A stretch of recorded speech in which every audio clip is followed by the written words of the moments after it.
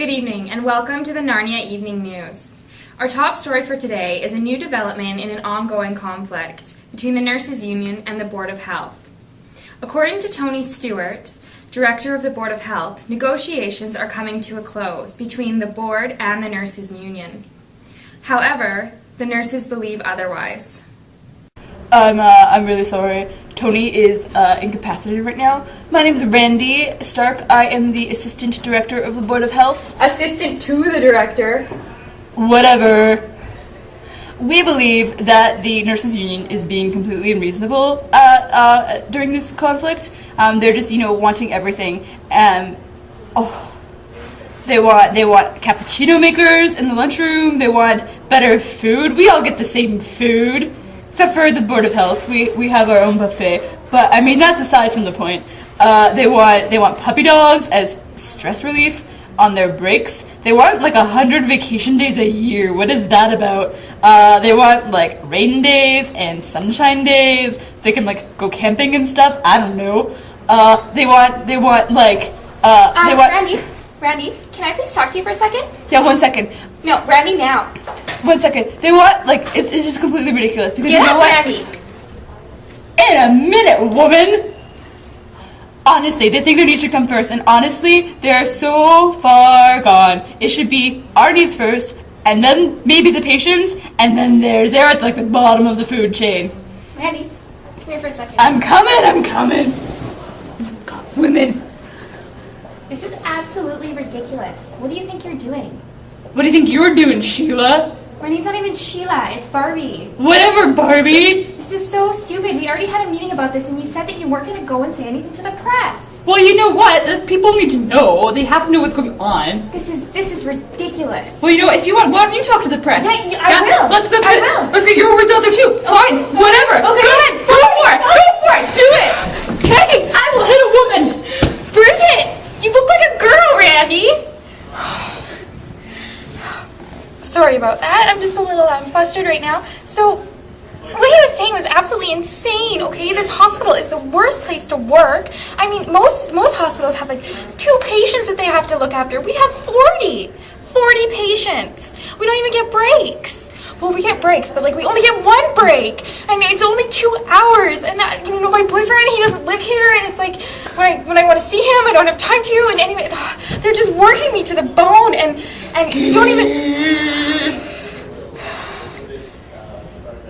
don't even get me started on the management here. They have no idea what they're doing. I'm not touching you. We are constantly out of supplies. It's absolutely ridiculous. I'm not touching you. We were out of penicillin the other day. What the heck? And then this guy, he's just comes and... No, you did not. I sure did. Bring it.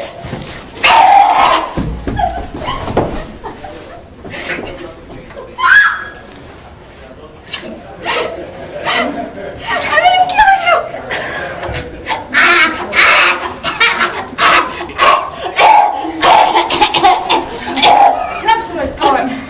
Shut this off. This interview's over. Hopefully this issue will be resolved soon, as evidenced by our next story. Wait times at local hospitals are at an all-time high. Over to you, Gertrude Blue. Thanks, Rhonda. I'm here at the local hospital with Carl Raswell, who claims he's been waiting an unreasonable amount of time to see a doctor and get treatment. Hello, Carl. Hello, Gertrude. Now, how long have you been waiting here today? I've been waiting here for about 47 hours. I told the nurses 24 hours ago that would be okay if one of them saw me.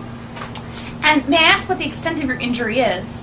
Well, I woke up feeling really nauseated, and there was a slicing pain in my right side. I told my roommate, but he suggested that I go down to see a doctor.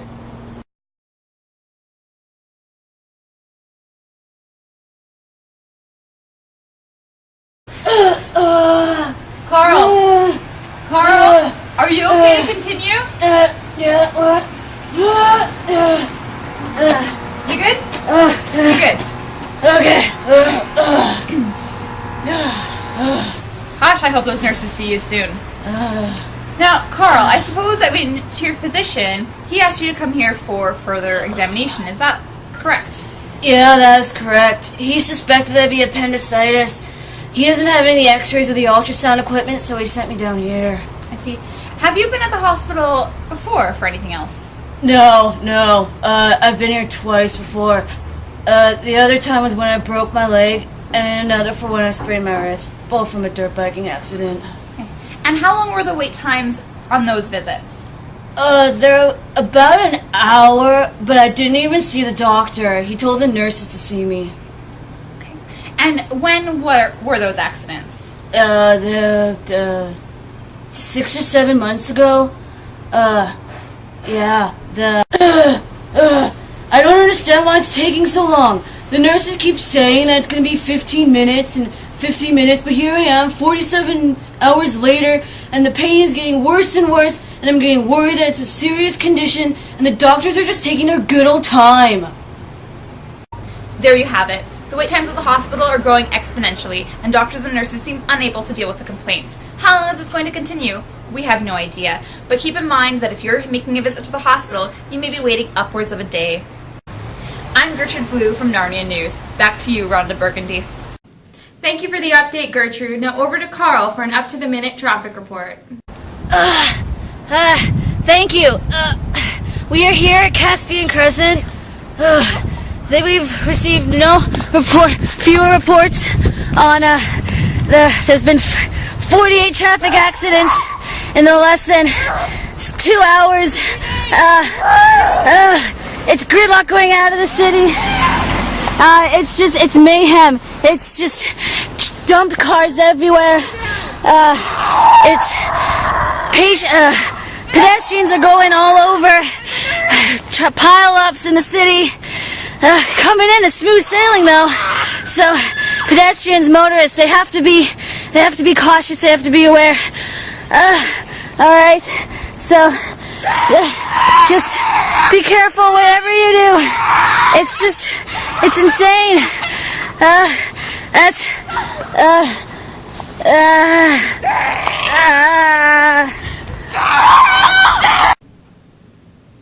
Thanks for the update, Carl. I hope you're feeling better.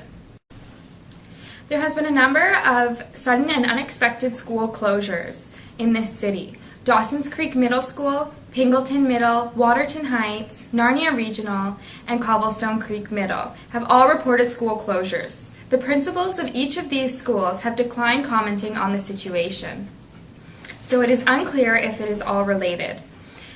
For now, these schools are shut down until further notice, and parents are asked to arrange alternate care for their children. As always, we will keep you posted on further closures and reopenings.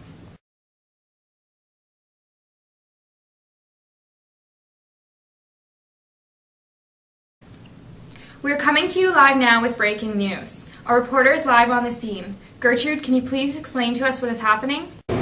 We are here on the scene at Narnia Regional Hospital, where the hospital has just issued a press release regarding a new strain of flu that appears to be turning into an epidemic. Symptoms include nausea, vomiting, and extreme disorientation. I believe it results in those affected wandering around with a blank look on their face. Is that correct? Absolutely. It is correct. The symptoms of this flu, obviously all flus have different symptoms depending on the strain, and that definitely is one of the symptoms that people are seeing. Okay, so no word on how severe this might be in relation to a normal flu epidemic? No word yet, but we feel like we have it all under control.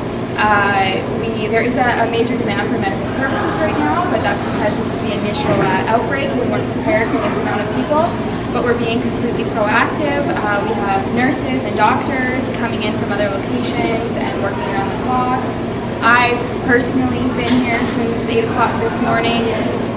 It's been 17 hours, but you know, I felt the need to stay because it's times like this where everyone needs to come together and work as a team. So you have everything under control. There's no reason for the general population to panic at this moment.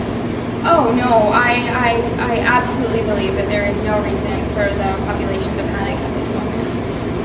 Thank you very much, Nurse Susie. Chief Winter, can you tell us how you and your staff are handling the situation at the moment? We're doing very well considering the situation. There are a lot of people here, but we have all different medical people coming in to help us. We have doctors from the locations, nurses, paramedics, volunteers. I hear police and firemen are also on the scene. Yes, police and firemen. We also have, yeah, is that? No? Okay, I'm sorry. So we also have, you have the situation under control. Is what I'm hearing. Yes. You believe you have everything under control. Okay. But our main concern right now is keeping people isolated. So that is why we have called in all of these people, because we do feel that it is quite contagious. So that's our main concern right now, is just isolating the people and keeping them in a controlled environment. And how do you feel this year's flu vaccine has affected the situation? It has had a mild effect on the symptoms, but we are doing all that we can with it, and it's new within it's in the introductory stages, so it's too soon to tell. Okay, thank you. And what advice would you have for anyone facing symptoms? What would you suggest they do? Do not drive. Absolutely do not drive. If you start to feel any symptoms, get someone else to drive you to the hospital, or just stay away from people. Hand sanitizer is a great thing to do. But yeah, just don't drive and get to the hospital, and we'll do our best to take care of you. Okay, thank you very much for your time. I appreciate it. So once again, symptoms include nausea, fever, and eventually vomiting and just extreme disorientation. I believe, if you're a little bit unsure or disoriented, or you're not quite sure where you are, apparently the word is to just get yourself to the hospital as soon as you can.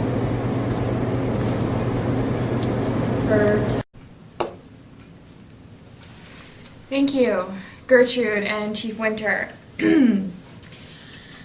I just want to take a moment to stress that the chief advised people to avoid driving if they begin to feel any symptoms. Please continue to check in with the Narnia News channel, because we will have hourly updates for the public. You can also visit our Twitter or Facebook pages, which will be updated with our most current news. That's all for tonight. Thank you for tuning in to the Narnia News.